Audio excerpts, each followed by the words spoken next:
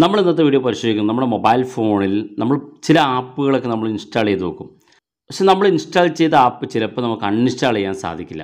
അതായത് നമുക്കറിയാൻ സാധിക്കും, നമ്മുടെ മൊബൈൽ ഫോൺ വാങ്ങുന്ന സമയത്ത് മൊബൈൽ കമ്പനി തരുന്ന ചില ആപ്പുകൾ നമുക്ക് അൺഇൻസ്റ്റാൾ ചെയ്യാൻ സാധിക്കില്ല.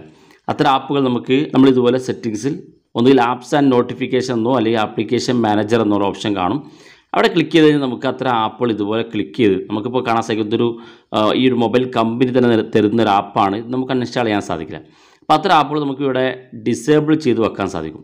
എന്നാൽ ഇതിൻ്റെ ആവശ്യം വരുന്ന സമയത്ത് നമുക്കിതിവിടെ എനേബിൾ ഭാഗം ക്ലിക്ക് ചെയ്തുകൊണ്ട് നമുക്ക് ഉപയോഗിക്കാൻ സാധിക്കും.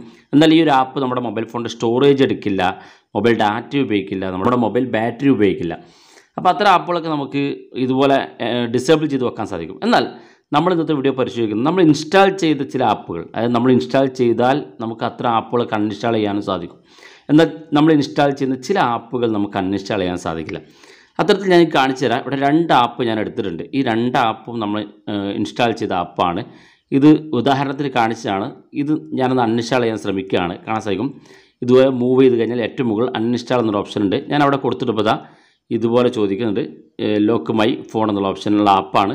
ഞാൻ ഓക്കെ കൊടുത്തപ്പോൾ ഇത് അൺഇൻസ്റ്റാൾ ആകുന്നില്ല. ഇവിടെ ലോക്ക് മൈ ആപ്പ് എന്നുള്ള ഈ ഒരു ആപ്പാണ്, ഇത് അൺഇൻസ്റ്റാൾ ആകുന്നില്ല. രണ്ടാമത്തെ മാൾവെയർസ് എന്നുള്ള ആപ്പാണ്. ഇത് ഞാൻ ഇതുപോലെ അൺഇൻസ്റ്റാൾ എന്നുള്ള അടുത്തേക്ക് കൊണ്ടുപോയി വെക്കുകയാണ്.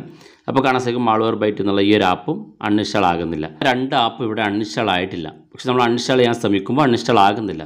അപ്പോൾ ഇത്തരം ആപ്പുകൾ, നമ്മൾ ഇൻസ്റ്റാൾ ചെയ്ത ആപ്പുകൾ എങ്ങനെ നമുക്ക് അൺഇൻസ്റ്റാൾ ചെയ്യുക എന്നുള്ളതാണ് നമ്മൾ നോക്കുന്നത്.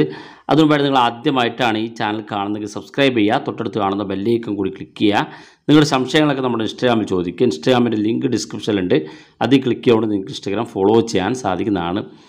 അപ്പോൾ അതിനുവേണ്ടി നമ്മുടെ മൊബൈൽ ഫോണിൻ്റെ സെറ്റിങ്സിൽ ഇവിടെ നമ്മൾ സെറ്റിങ്സിൽ ഡിവൈസ് അഡ്മിനിസ്ട്രേറ്റർ എന്നുള്ള ഒന്ന് സെർച്ച് ചെയ്ത് കൊടുക്കുക. സെറ്റിങ്സിനകത്ത് അല്ലെങ്കിൽ തിരഞ്ഞു പിടിച്ച് കണ്ടെത്താൻ സാധിക്കും. ഞാനൊരു ഡിവൈസ് അഡ്മിനിസ്ട്രേഷൻ എന്നുള്ള ടൈപ്പ് ചെയ്ത് തുടങ്ങുകയാണ്. ഇപ്പോൾ ഈ mobile phone device admin apps എന്നാണ് കാണുന്നത്. ചില മൊബൈൽ ഫോൺ ഡിവൈസ് അഡ്മിനിസ്ട്രേറ്റർ എന്നുള്ള ഓപ്ഷൻ കാണും.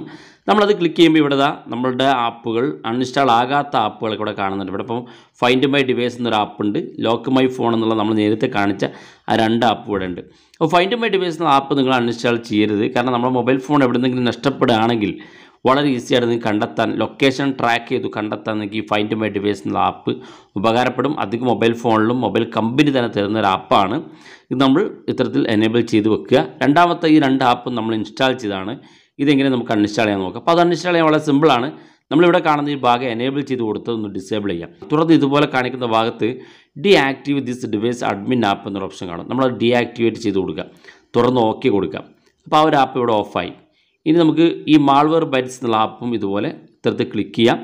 ഏറ്റവും താഴെ കാണുന്ന ഭാഗത്ത് deactivate this device admin app എന്നുള്ളത് ക്ലിക്ക് ചെയ്ത് കൊടുക്കാം.